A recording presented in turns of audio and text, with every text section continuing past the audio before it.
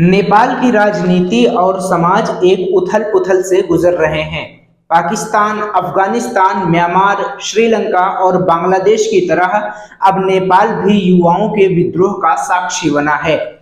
जेन जी protest नाम से उभरा यह आंदोलन सत्ता, लोकतंत्र और विकास मॉडल सब पर सवाल खड़े कर रहा है।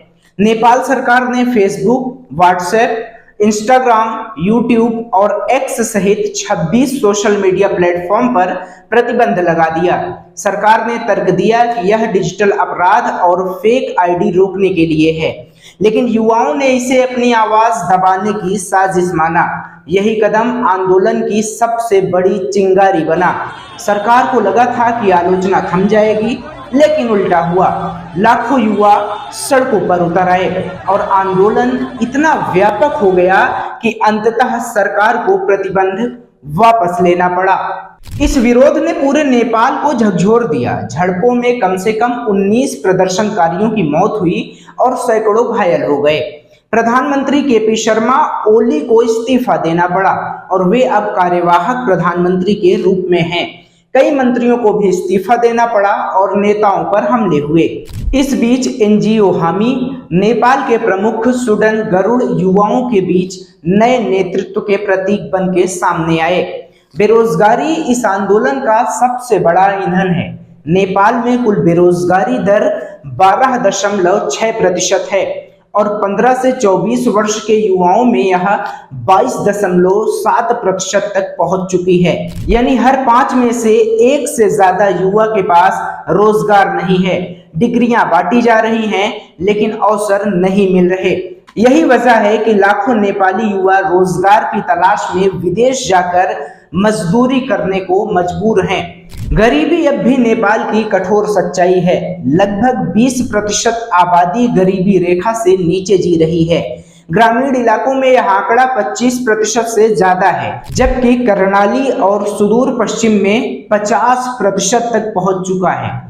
राजधानी काठमांडू में गरीबी केवल 4% है, यानी विकास का लाभ सिर्फ चुनिंदा इलाकों और तबकों तक सीमित है।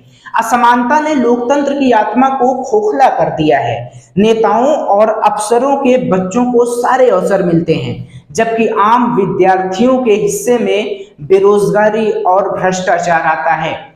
नेपो किड्स की बहस इसी गुस्से का नतीजा है। नेपाल के युवा मानने लगे हैं कि लोकतंत्र सिर्फ चुनावों तक सिमट कर रह गया है। सवाल पूछना अपराध माना जाता है, आलोचना करने वालों को दुश्मन समझा जाता है और सत्ता परिवारवाद और भ्रष्टाचार में डूबी हुई है। सोशल मीडिया प्रतिबंध ने साफ कर दिया कि सरकार युवाओं की आवाज दबाना चाहती है, लेकिन यही कोशिश उल्टी पड़ी और विद्रोह की आग पूरे देश में फैल गई। यह आंदोलन सिर्फ ऐप्स की बहाली का नहीं है, यह न्याय, बराबरी और भविष्य की लड़ाई है। असली लोकतंत्र वही होगा जब हर युवा को अपने देश में रोजगार मिलेगा, जब हर क्षेत्र को बराबरी का अवसर मिलेगा और जब गरीबी और असमानता घटेगी। नेपाल का युवा अब चुप रहने वाला नहीं है। 19 युवाओं की शहादत ने इस आंदोलन को और गहरा कर दिया।